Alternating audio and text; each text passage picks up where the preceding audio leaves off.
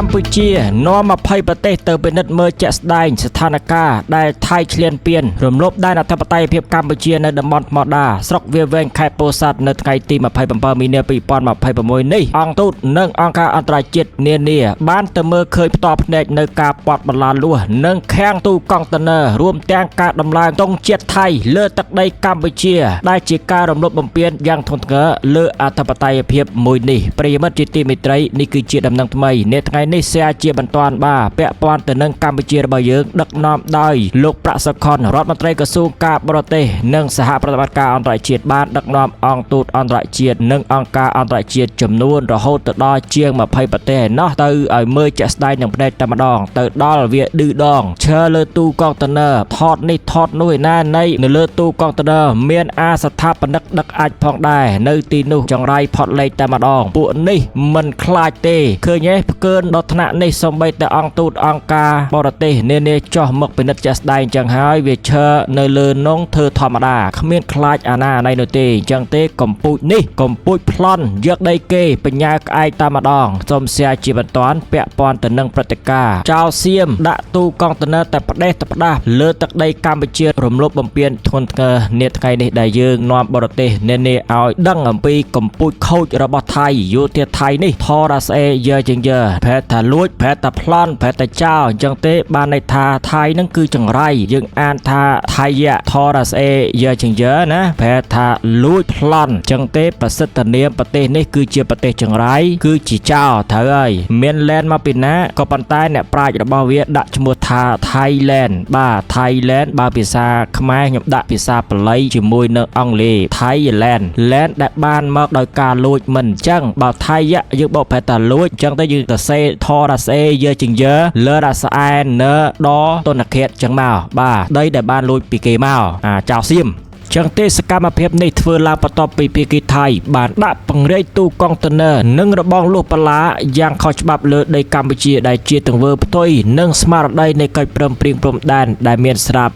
ទន្ទឹមនឹងការបង្ហាញផតាំងនៅលើសមរភូមិការទូតអាដាមប្រាក់សុខុនក៏បានបង្ហាញនៅទឹកចិត្តមនុស្សធម៌តាមរយៈការចោះសួរសុខទុក្ខនិងផ្ដល់អំណោយសង្គ្រោះបន្ទាន់ដល់គ្រួសារភៀសសឹកចំនួន76គ្រួសារដែលកំពុងជ្រកកោននៅវិទ្យាល័យហ៊ុនសែនប្រម៉ោយលោកបានសង្កត់ធ្ងន់ថាទោះបីជាមានការរំលោភបំពានក៏រាជរដ្ឋាភិបាលកម្ពុជានៅតែប្រកាន់ភ្ជាប់នៅជំហរដំណោះស្រាយបញ្ហាដោយសន្តិវិធីនិងគោរពទៅតាមផ្លូវច្បាប់អន្តរជាតិក៏ដូចជាសេចក្តីប្រកាសរួមនៃកិច្ចប្រជុំពិសេសលើកទី3របស់គណៈកម្មាធិការព្រំដែនទូទៅ GBC កាលពីចុងឆ្នាំ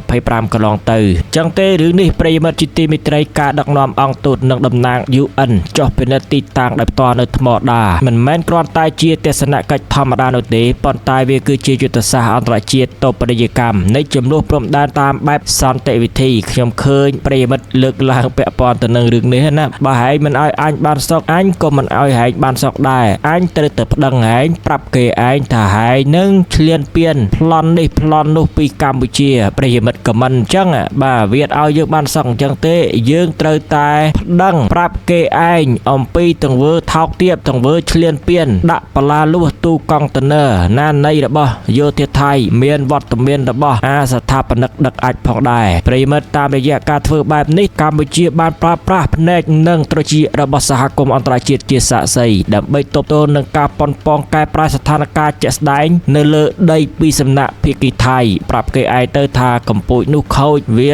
សាងសង់ប្រិយមិត្តឃើញទេខ្ញុំឃើញសំណង់មួយនៅក្រោយទូកុងតឺន័រវាប្រង់ធ្វើអីនោះបាទធ្វើប៉ោះយាមឬក៏យ៉ាងណាការរំលឹកអំពីកិច្ចព្រមព្រៀង GBC ឆ្នាំ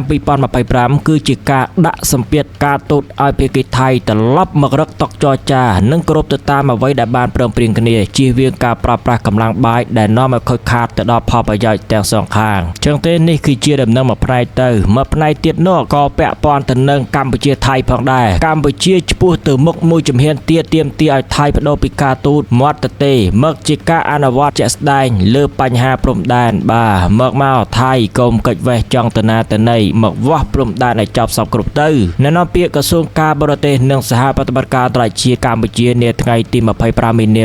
2026បានចេញមកផ្ដល់ទស្សនវិភាគយ៉ាងមុតស្រួចដើម្បីឆ្លើយតបទៅនឹងការវិវត្តថ្មីៗនៃស្ថានភាពព្រំដែនកម្ពុជាថៃការចេញមកបកស្រាយធ្វើឡើងបន្ទាប់ពីមជ្ឈមណ្ឌលព័ត៌មានរួមក៏តែជាន់ Information Center បានចេញសេចក្តីថ្លែងការណ៍កាលពីថ្ងៃទី19ខែមីនាដោយសង្កត់ធ្ងន់លើការប្រើប្រាស់យន្តការទ្វេភាគីដែលមានស្រាប់ដូចជា JBC, GBC និង RBC ដើម្បីដោះស្រាយបញ្ហាប្រឈមរវាងប្រទេសទាំងពីរអ្នកនាំពាក្យកម្ពុជាបានបញ្ជាក់ជាថ្មីនៅចំហដាច់ខាតថាកម្ពុជារបស់យើងបានត្រៀមខ្លួនរួចជាស្រេចក្នុងការឈានទៅមុខដោយផ្អែកលើមូលដ្ឋានច្បាប់ជាប្រវត្តិសាស្ត្ររួមមានអនុសញ្ញាបារាំងសៀមឆ្នាំ1904សន្ធិសញ្ញាឆ្នាំ1907និងផែនទីដែលទទួលស្គាល់ជាអន្តរជាតិបាទផែនទីណាមួយលើ200,000ហ្នឹងហើយសារដ៏មានអធិពលបំផុតដែលកម្ពុជាបានផ្ញើទៅកាន់ភាគីជិតខាងគឺប្រទេសថៃគឺការអំពាវនាវឲ្យមានការផ្លាស់ប្ដូរពីការបញ្ចេញមតិបែបការទូតមកជាសកម្មភាពអនុវត្តជាក់ស្ដែងលើដីវិញកុំបានទ្រឹស្ដីនិយាយព្រុសអត់បានការមកវាស់ដីជាក់ស្ដែងវិញដើម្បីចប់សពគ្រប់ទៅកុំចេះតែយករឿងព្រំដែនមកបិទបាំងផ្ទៃក្នុងរបស់ខ្លួនឯងឃើញហើយស្ដេចថៃមហាវជ្រាលង្កនបំពេញទស្សនកិច្ចណានៃអត់ដែរទេប្រវត្តិសាស្ត្រថៃស្ដេចថៃទៅទស្សនកិច្ចនៅតាមបណ្ដាប្រទេសនានាដូចជាប្រទេសចិនប្រទេសឡាវជាដើមអត់ទេជាលើកទី1ដំបូងហើយដើម្បីអីបង្អួតស្នាដៃថាស្ដេចនឹងទៅនេះទៅនោះជាដើមណាកុំឲ្យពួក Gen Z របស់ថៃអុកឡុកបាតកម្មណានៃគឺការអំពាវនាវឲ្យផ្លាស់ប្ដូរពីការបញ្ចេញមតិ